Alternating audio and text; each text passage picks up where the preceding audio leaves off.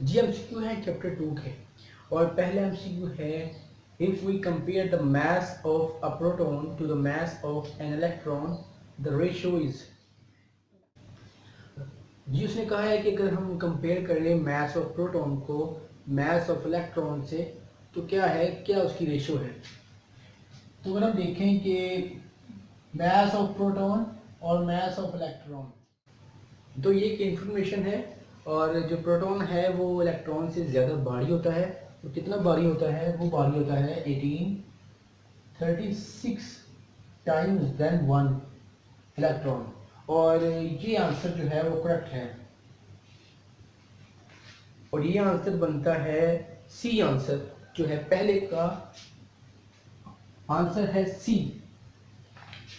जो दूसरी एमसीक्यू है वो क्या है? Neutron is one of the fundamental particles of atoms and carries. उसने कहा है कि न्यूट्रॉन जो है एक फंडामेंटल पार्टिकल है एक एटम का, और कैरी क्या करता है? कैरी करता है, तो पहला ऑप्शन है वो है a charge of +1 unit and a mass of 1 unit. तो ये बिल्कुल गलत है क्योंकि उस पर चार्ज कोई नहीं होता।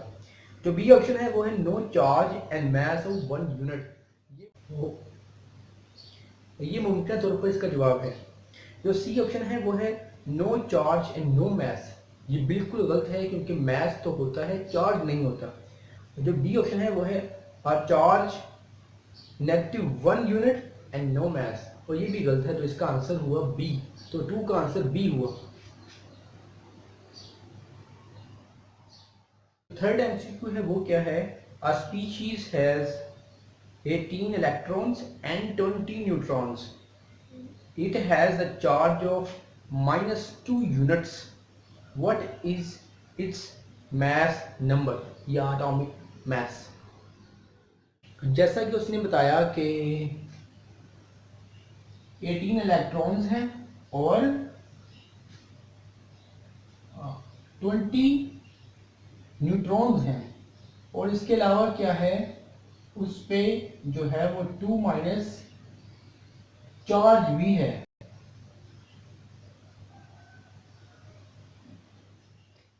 18 इलेक्ट्रॉन है, 20 न्यूट्रॉन है और चार्ज नेट है 2 नेगेटिव या 2 माइनस। तो इसका मतलब हुआ कि हमारे पास 2 इलेक्ट्रॉन एक्स्ट्रा हैं। क्यों एक्स्ट्रा है? क्योंकि उस पर चार्ज आ रहा है 2 माइनस। तो क्या करेंगे हम, इसमें से 2 इलेक्ट्रॉन जो है वो निकाल देंगे। तो हमारे पास जो न्यूट्रल एटम है वो क्या बना? 16 इलेक्ट्रॉन्स और 20 न्यूट्रॉन्स। पर हमें पता है कि जितने इलेक्ट्रॉन्स होंगे उतने ही प्रोटॉन्स होंगे। तो हम इलेक्ट्रॉन्स को प्रोटॉन से बदल देंगे। क्या बनेगा? 16 प्रोटॉन्स प्लस 20 न्यूट्रॉन्स। और अगर इनको जो है वो सम करें तो आएगा आंसर हमारे पास 36। यानी कि जो हमारे पास स्पीशी है, केमिकल स्पीशी पड़ी हुई है, उसका मास कितना है या एटॉमिक मास कितना है? वो है 36। और अगर ऑप्शन देखें तो ऑप्शन बनता है बी, यानी जो 3 है एमसीक्यू उसका आंसर है बी।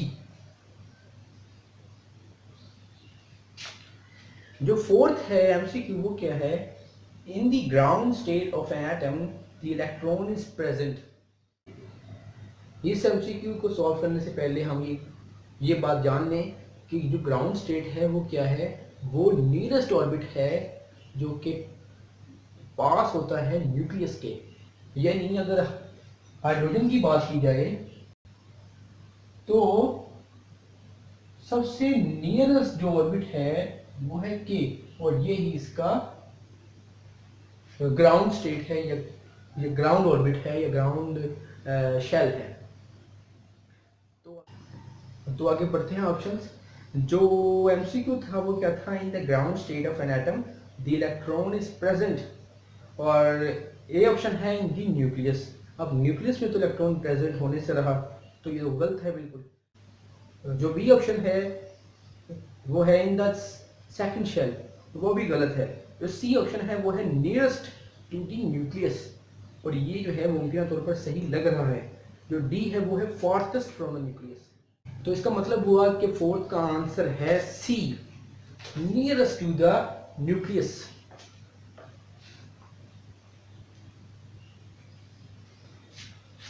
जो पांचवें एमसीक्यू है वो क्या है? The Rutherford's model of atom failed due to the reason that, कि रदरफोर्ड का मॉडल जो है वो फेल क्यों हुआ या नाकाम क्यों हो गया। जो पहला ऑप्शन है वो है there is actually no space between the nucleus and the electrons.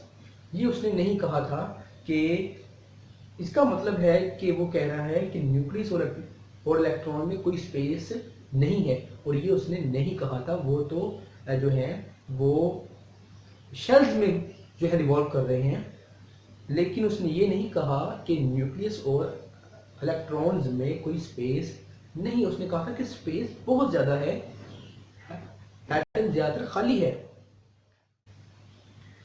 इसका मतलब हुआ कि ए ऑप्शन नहीं है।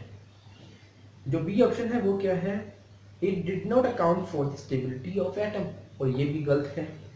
जो सी ऑप्शन है वो क्या है? It did not account for the loss of energy by devolving electron, और ये मुमकिन तौर पर सही लग रहा है, क्योंकि जो इलेक्ट्रॉन है वो कैसे जो है वो लूज करता है एनर्जी, उसका पता रदरफोर्ड को नहीं था। वो इसका कोई जो है तसल्ली बख्श जवाब नहीं दे सका था, या वो इसको किसी लॉजिक के साथ बयान नहीं कर सका था, या इसको एक्सप्लेन नहीं कर सका था कि इलेक्ट्रॉन जो है वो एनर्जी लूज करता है तो क्यों करता है और कैसे करता है।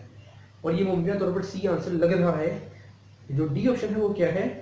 The atom did not have nucleus और इलेक्ट्रॉन्स, और अगर न्यूक्लियस इलेक्ट्रॉन नहीं होंगे तो एटम ही नहीं होगा। तो इसका मतलब है कि पांचवें का आंसर है सी।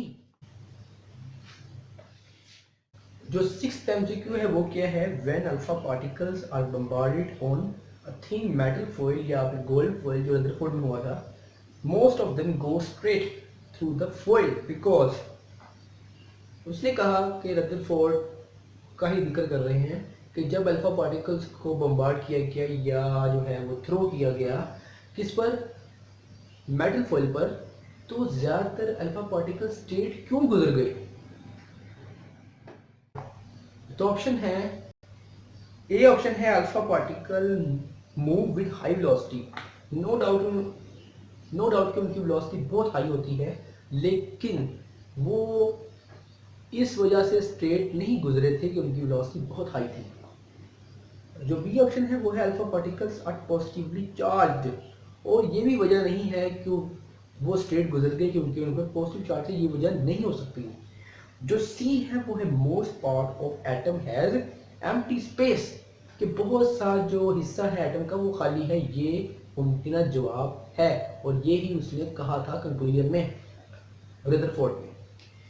और डी ऑप्शन है alpha particles much heavier than electrons, और ये भी वजह जो है वो काबिले एतमाद या आप कह लें कि लॉजिक नहीं बनती। तो इसका मतलब है कि इसका आंसर है सी। तो 6 का आंसर हो गया हमारे पास सी। MCQ 7 है the energy levels of H atom in the Bohr model are called, के according to Bohr model H atom में मौजूद जो एनर्जी शेल्स या एनर्जी लेवल्स थे वो क्या कहलाए थे? ए ऑप्शन है ग्राउंड स्टेट एनर्जी लेवल, नहीं ये बिल्कुल नहीं है। जो बी है वो है ऑर्बिट्स, और ये ही उसने नाम लिया था ऑर्बिट्स का पहली दफा, तो ये मुमकिन जवाब लग रहा है। जो सी ऑप्शन है वो है डीजेनरेट ऑर्बिटल्स। ये क्या होते हैं ये हम बाद में पढ़ेंगे, लेकिन ये इसका जवाब नहीं है। जो डी है वो है नन ऑफ देम, तो इसका मतलब है कि 7वें का आंसर हो गया बी ऑर्बिट्स, और 7 का हो गया आपके पास बी आंसर है। जो 8वां एमसीक्यू है वो क्या है? The concept of orbit of an electron in an atom was given by which one of the models, कि वो कौन सा मॉडल था जिसने ऑर्बिट का जो है वो नाम लिया या उसका कंसेप्ट दिया। तो जो ए ऑप्शन है वो है रदरफोर्ड्स मॉडल ऑफ एटम।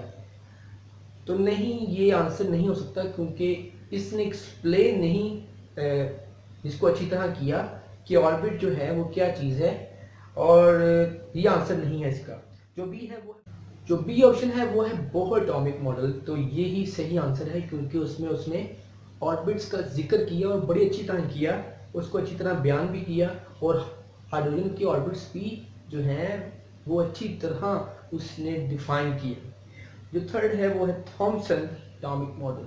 तो अगर थॉमसन या प्लम पुडिंग जो है वो मॉडल को देखा जाए तो आप देखेंगे कि उसमें ऑर्बिट्स का बिल्कुल जिक्र नहीं था, और उसने क्या कहा था कि जनाब पॉजिटिव इलेक्ट्रिसिटी है या पॉजिटिव चार्जेस का एक समुंदर है जिसमें नेगेटिव चार्जेस जो हैं वो जजीरे की मांद हैं, आइलैंड्स की मांद हैं, और उसमें कोई ऑर्बिट का जिक्र बिल्कुल नहीं था। तो ये भी आंसर नहीं है। और डी है ऑल ऑफ देम, तो ये बिल्कुल ही गलत है। तो एमसीक्यू 8 का आंसर है बी।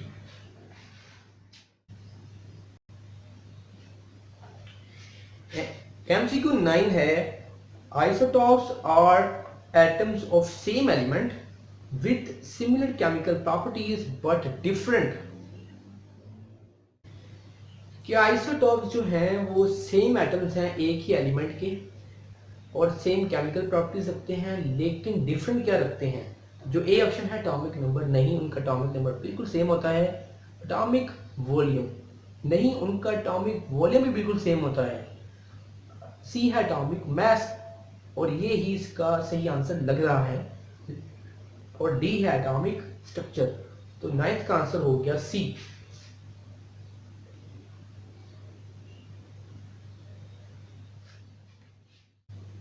जो लास्ट एमसीक्यू है एमसीक्यू 10, वो क्या है? The distances between adjacent orbits in hydrogen atoms are as proposed by Bohr model. कि डिस्टेंसेस जो हैं कंसेक्टिव ऑर्बिट्स में in H atom by Bohr कैसे थे?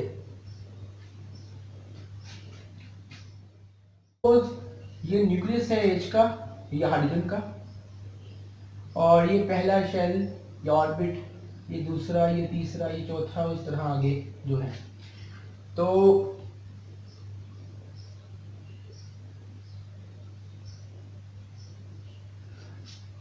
तो हमने एक चीज पढ़ी थी कि जो पहले शेल की जो एनर्जी है वो है -12 किलो जूल पर मोल, और ये जो एनर्जी जो गैप है, या आप कह लें कि पहले दूसरे की एनर्जी का गैप और दूसरे तीसरी का एनर्जी का गैप, तो ये गैप आहिस्ता आहिस्ता कम होता जाता था। यानी जो ऑर्बिट 1-2 के दरमियान जो गैप है वो ज्यादा है ऑर्बिट 2-3 के गैप से। तो इस तरह आगे जो है, या हम न्यूक्लियस से दूर जाए तो ये एनर्जी गैप कम होता था। तो इसका मतलब क्या हुआ कि अगर एनर्जी किसी दो शेल्स में या दो ऑर्बिट्स में जो गैप है, जो एनर्जी गैप है वो कम है, तो इसका मतलब हुआ कि दोनों के दरमियान डिस्टेंस भी कम है।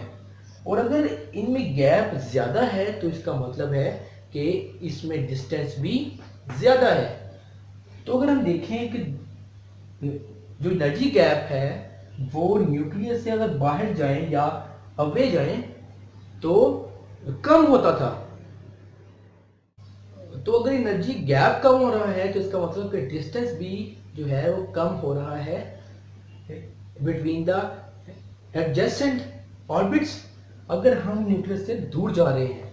तो फर्स्ट ऑप्शन है go on increasing from lower to high orbits, तो ये बिल्कुल गलत है। जो दूसरा ऑप्शन है वो है go on decreasing from lower to high orbits, तो ये सही आंसर लग रहा है। सी है रिमेन्स द सेम, ये भी गलत है। और डी है there is an irregular change, तो ये भी गलत है। तो बोहर के मुताबिक जो बी आंसर है वो सही था, और इसका मतलब है कि 10th एमसीक्यू का आंसर है बी।